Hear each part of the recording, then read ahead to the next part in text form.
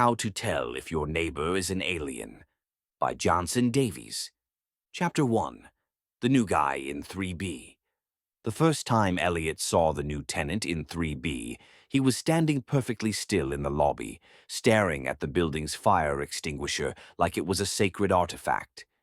He didn't blink. He didn't breathe.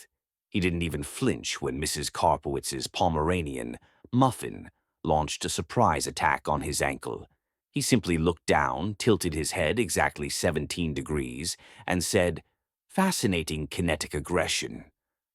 Is it ritual-based? Elliot, who lived in 3C and had a front-row seat to the building's parade of oddballs, paused mid-step. The man was tall, angular, and wore a windbreaker that shimmered like oil on water. His shoes made no sound on the tile floor.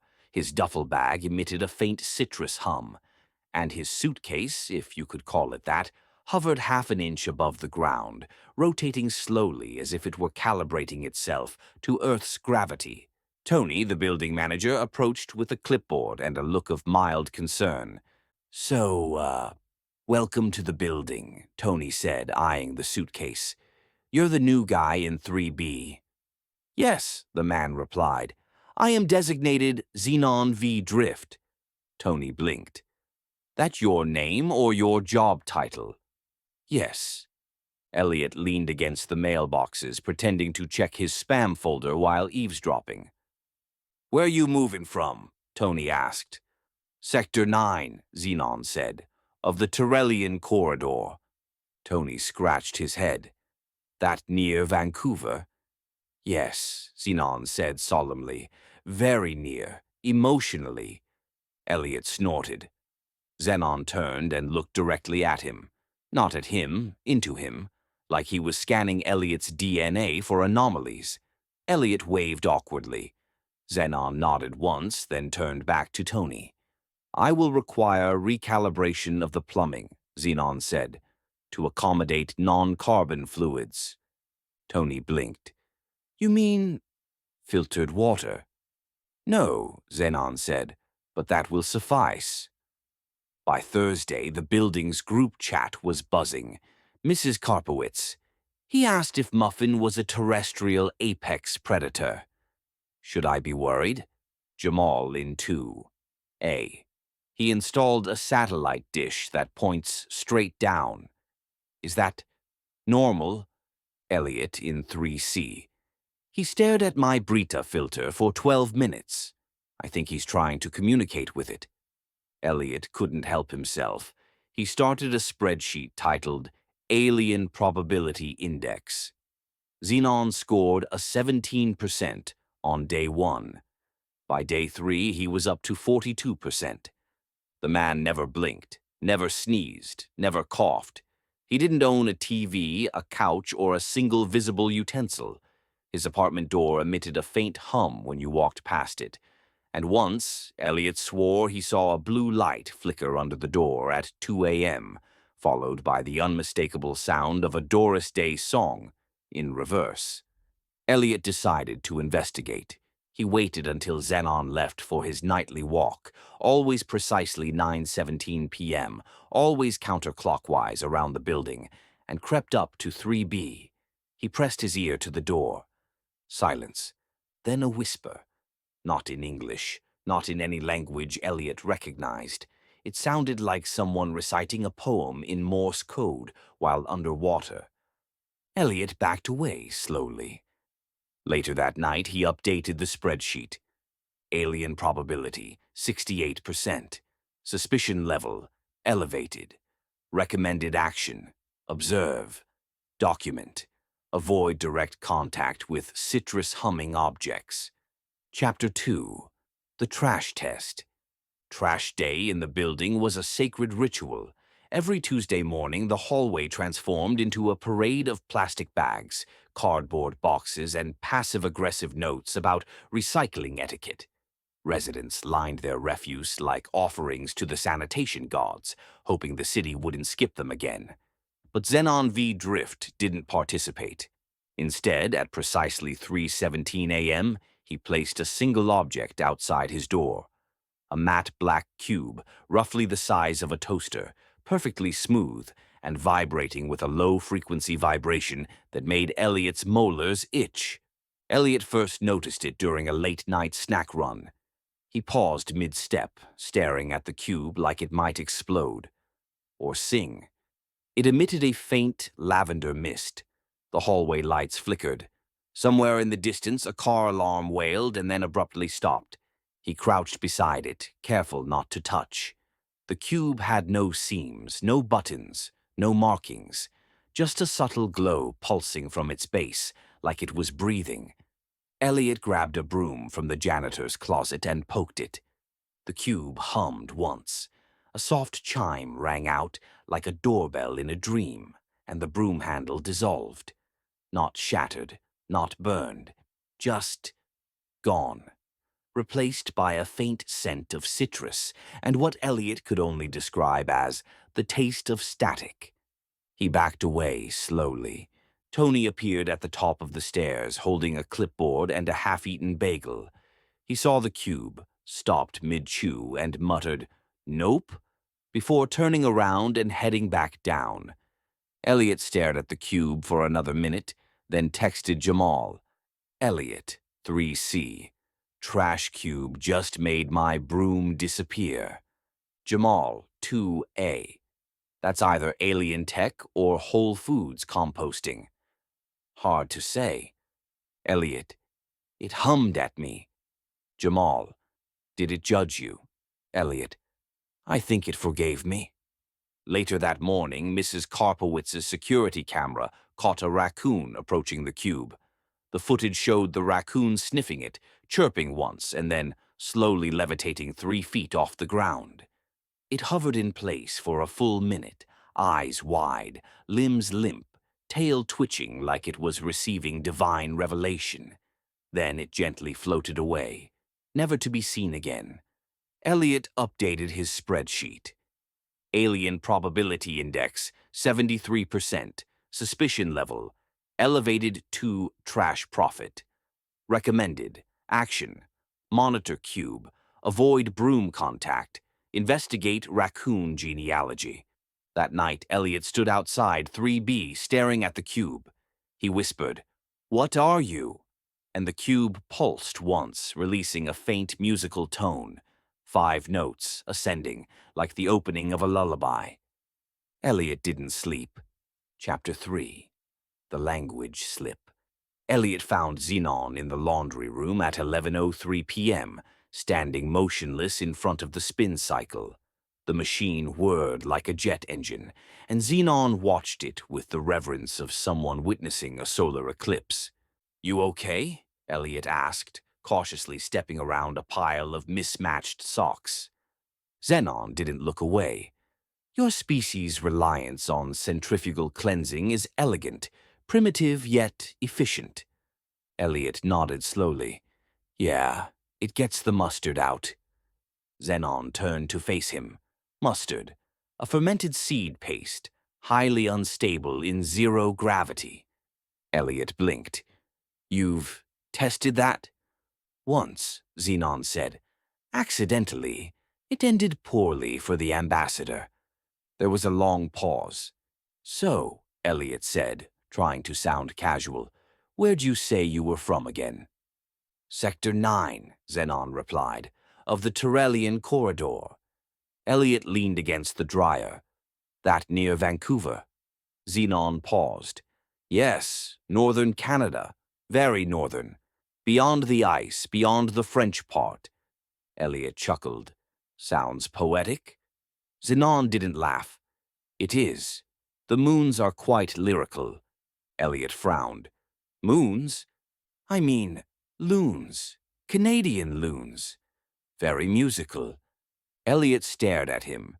"You ever been to Tim Hortons?" Xenon hesitated. "Yes, I consumed a double-double.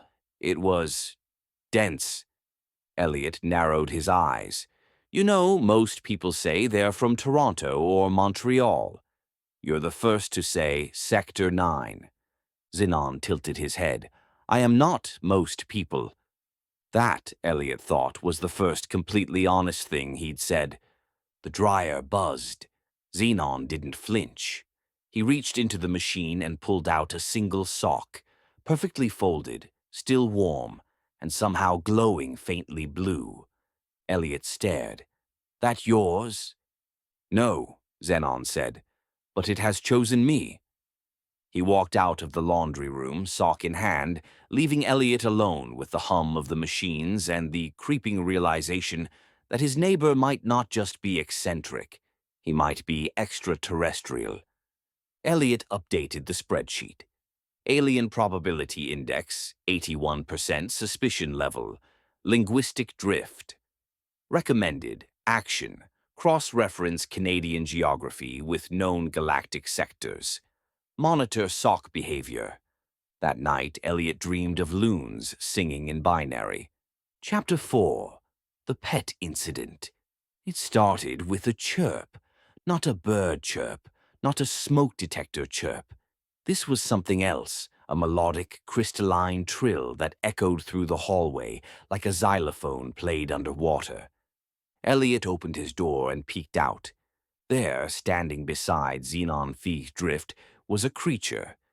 It was roughly the size of a golden retriever, but that was where the resemblance ended. It had 8 legs, each jointed like a praying mantis, and a translucent exoskeleton that shimmered with shifting constellations. Its eyes were vertical slits that blinked sideways. Its tail was optional. Sometimes it was there, sometimes it wasn't. Meet Glorp, Xenon said, stroking the creature's thorax. He is emotionally calibrated for companionship and minor data theft. Elliot blinked. I'm sorry, did you say data theft? Only when bored. Mrs. Karpowitz screamed from down the hall. Muffin barked once, then retreated behind her legs, trembling. Jamal emerged from 2A holding a half-eaten sandwich. Yo, is that a dog? Technically, Xenon said, he is a hybrid of Tyrellian symbiote and Earth canine. I synthesized him using local genetic material and a small amount of moonlight. Glorp chirped again. The hallway lights flickered. Elliot's phone rebooted. Tony arrived moments later, clipboard in hand. He took one look at Glorp and sighed. No pets over 40 pounds, Tony said. He weighs nothing, Xenon replied. He exists partially in the 4th dimension. Tony stared. Still counts.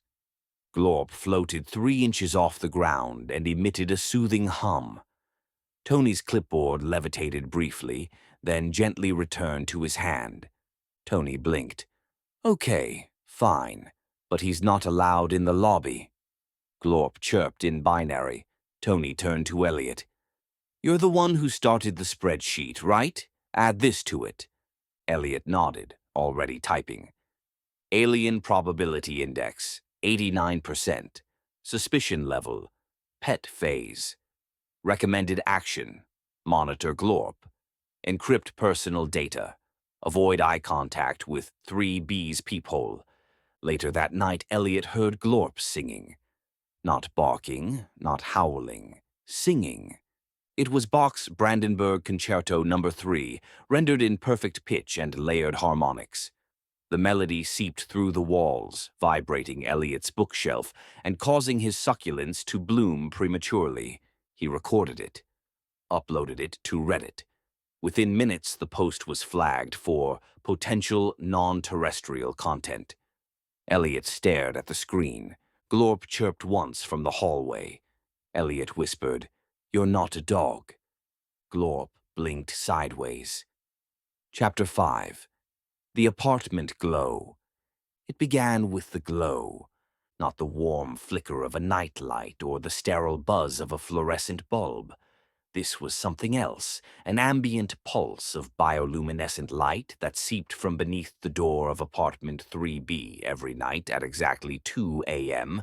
Elliot first noticed it during a bout of insomnia. He'd gotten up to make tea, padded into the hallway in his socks, and froze. The glow was soft, rhythmic, and impossibly blue, like moonlight filtered through deep ocean water.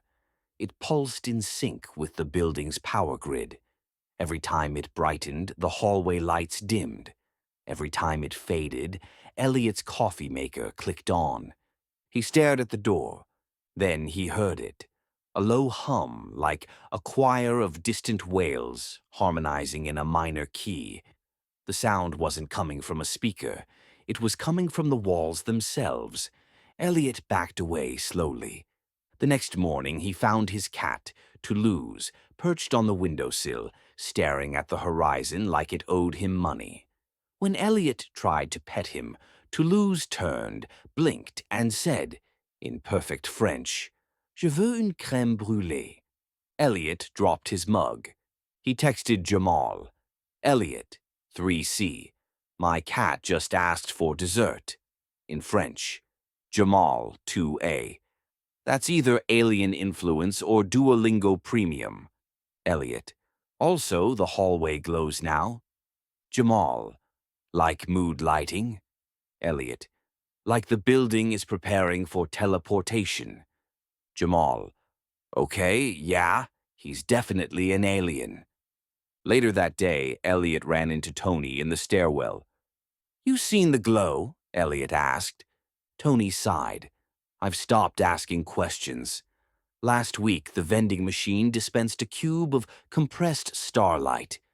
I just unplugged it." Elliot nodded. "My cat's bilingual now." Tony didn't blink. "Mine levitates when he's angry." That night, Elliot stood outside 3B again. The glow was stronger, the hum deeper. He pressed his ear to the door. He heard whispers. Not in English, not in any language he recognized. It sounded like someone telling jokes while gargling with Drano. The cadence was hypnotic, the punchline just out of reach. Then the door pulsed, not opened, not knocked, just pulsed, like it was breathing. Elliot backed away, heart pounding. He updated the spreadsheet. Alien probability index, 97% suspicion level, luminescent threshold. Recommended. Action. Avoid hallway after 2 a.m. Monitor cat for further linguistic development. Consider installing lead-lined curtains. He didn't sleep. Instead, he sat at his desk, staring at the glow through the crack in his door, sipping cold tea and wondering if he was witnessing the beginning of something extraordinary, or the unraveling of his sanity. Either way, he couldn't look away. Chapter 6. The Confrontation. Elliot didn't plan to confront Xenon. He planned to observe, document, and quietly lose his mind in peace. But after 5 nights of glowing walls, binary whispers, and a cat who now preferred French existentialist poetry, and watching old reruns of Julia Child's cooking show, something snapped. He packed a burrito, in case Xenon needed Earth food, a flashlight in case the hallway turned into a wormhole, and a copy of Men in Black for reference. He stood outside 3B at 9 p.m., heart pounding, spreadsheet updated, and knocked. The door opened before his knuckles made contact. Xenon stood there, levitating 3 inches off the ground, sipping what appeared to be molten silver from a mug labeled Number 1 Auditor. His windbreaker shimmered like a nebula. His eyes glowed faintly violet. "Ah," Xenon said, "you've come to inquire." Elliot blinked. Yeah, I guess I have." Xenon stepped aside. "Enter." Elliot hesitated. The apartment pulsed with soft light. The air smelled like ozone and citrus. Glorp sat in the corner, humming a lullaby in binary, while assembling what looked like a miniature Dyson sphere out of coat hangers and chewing gum. Elliot stepped inside. The walls were covered in holographic charts, rotating star maps, and what appeared to be a mood board labeled Earth, Potential. It featured photos of raccoons, memes, and a sticky note that read, "Emotional volatility equals cultural richness." Xenon gestured to a floating chair. "Please, sit." Elliot sat. The chair adjusted to his posture, temperature, and emotional state. It hummed reassuringly. "I suppose I should ask," Elliot said. "You're not from around here, are you?" Zenon smiled.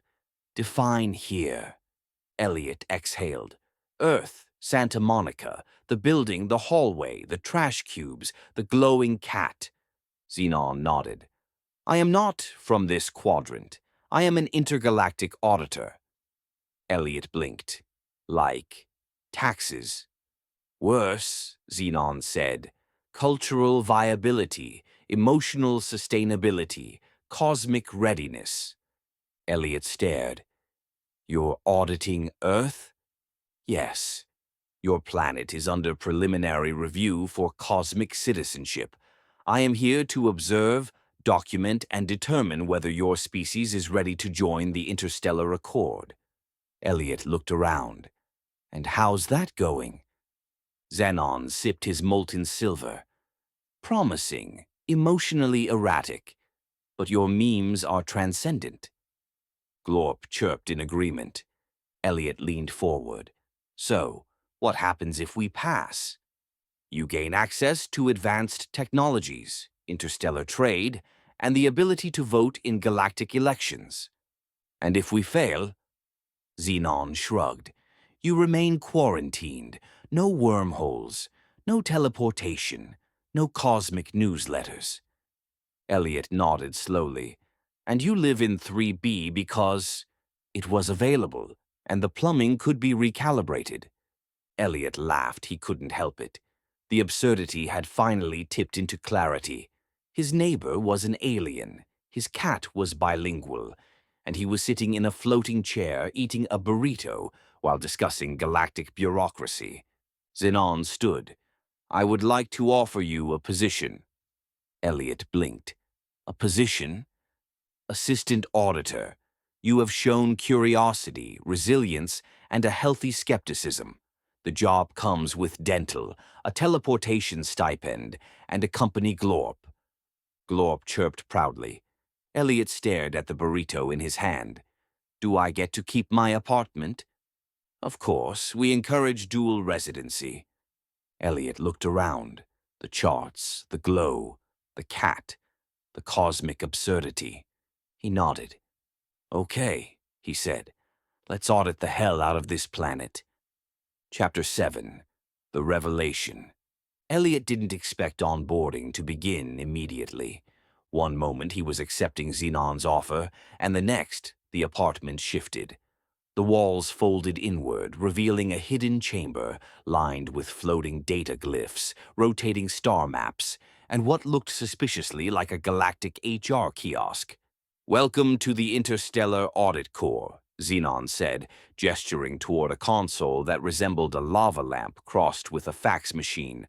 "Please confirm your species, emotional bandwidth, and preferred snack." Elliot blinked. Human, medium to high, and trail mix." The console chirped. A holographic badge appeared in midair. "Elliot Marsh, Junior Auditor, Earth Sector Clearance Level, Tentative Access, Approved." Glorp chirped approvingly, and Xenon handed him a small orb that pulsed with warm light. "What's this?" Elliot asked. "Your audit lens," Xenon said.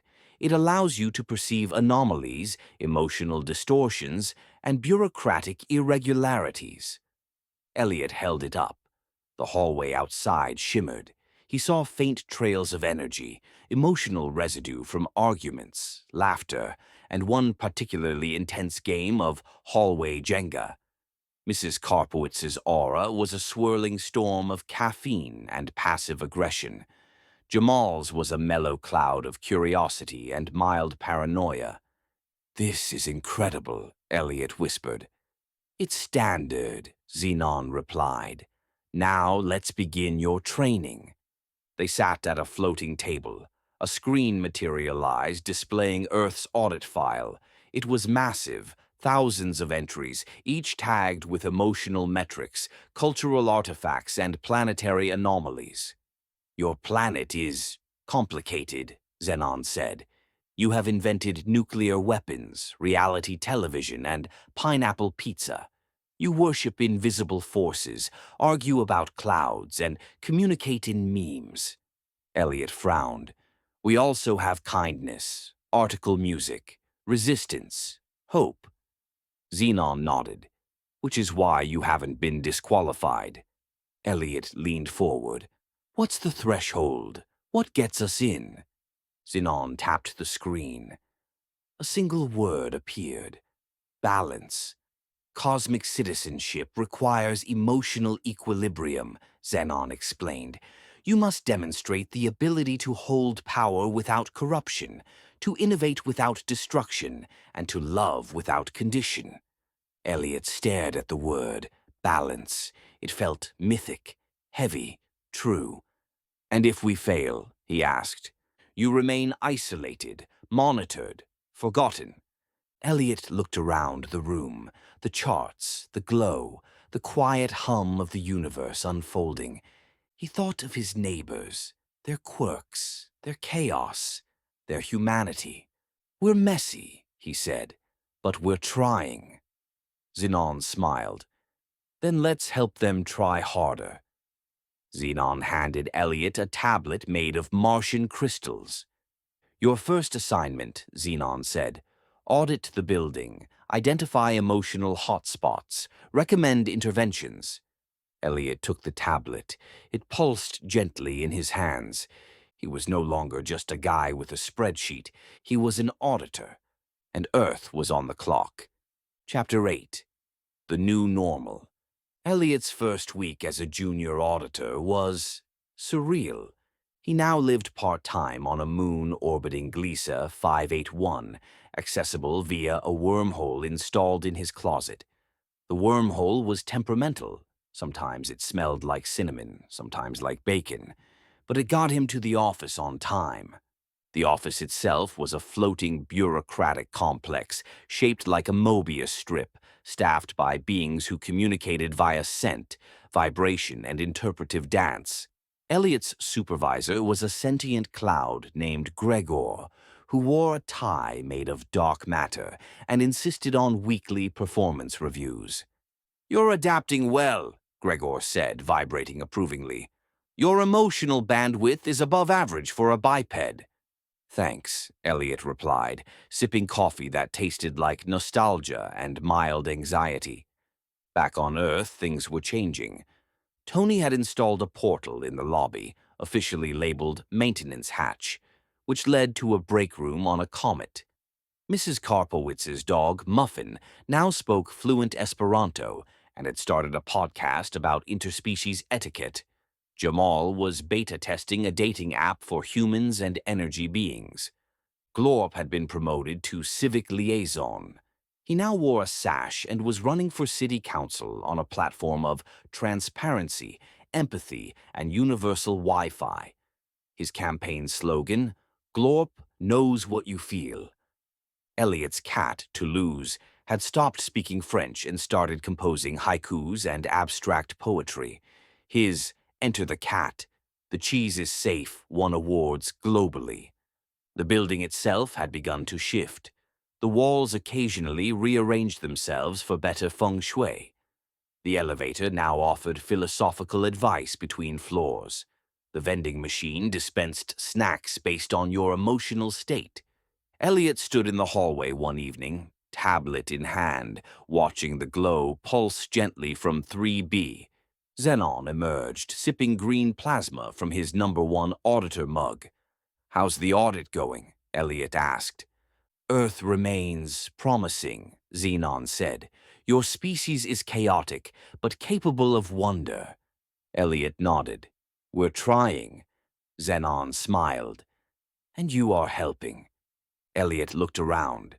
The building, the glow, the quiet hum of cosmic bureaucracy unfolding in real time.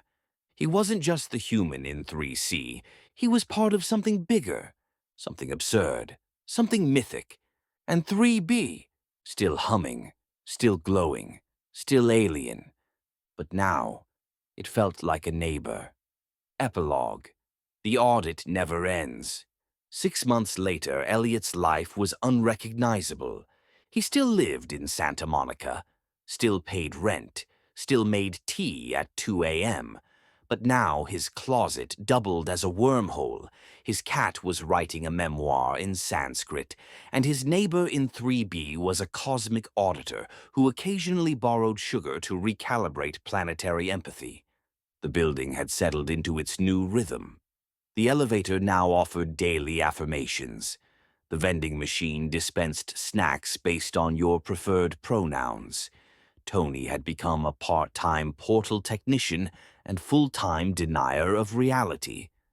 Mrs. Karpowitz hosted weekly salons on interspecies diplomacy. Glorp won city council in a landslide and was lobbying for universal emotional bandwidth. Jamal was dating a sentient algorithm named Lila, who wrote folk songs about entropy and brunch. And Elliot? Elliot had become something else. Not alien, not auditor, something in between. He understood now that the audit wasn't about perfection. It was about potential, about balance, about the messy, beautiful chaos of being human, and whether that chaos could harmonize with the stars. He stood on his balcony one evening, tablet in hand, watching the sunset ripple across dimensions. Xenon floated beside him, sipping molten silver. "Do you think we'll pass?" Elliot asked. Xenon smiled. "You already have." The stars pulsed gently overhead, and somewhere in a distant quadrant of the Tyrellian corridor, a new file opened. Species, human status, in progress, emotional signature, unpredictable, resilient, worth watching. Elliot turned off his tablet. Tomorrow he'd audit the DMV. Tonight he'd watch the stars. The end. Please like, comment, and subscribe. Thank you.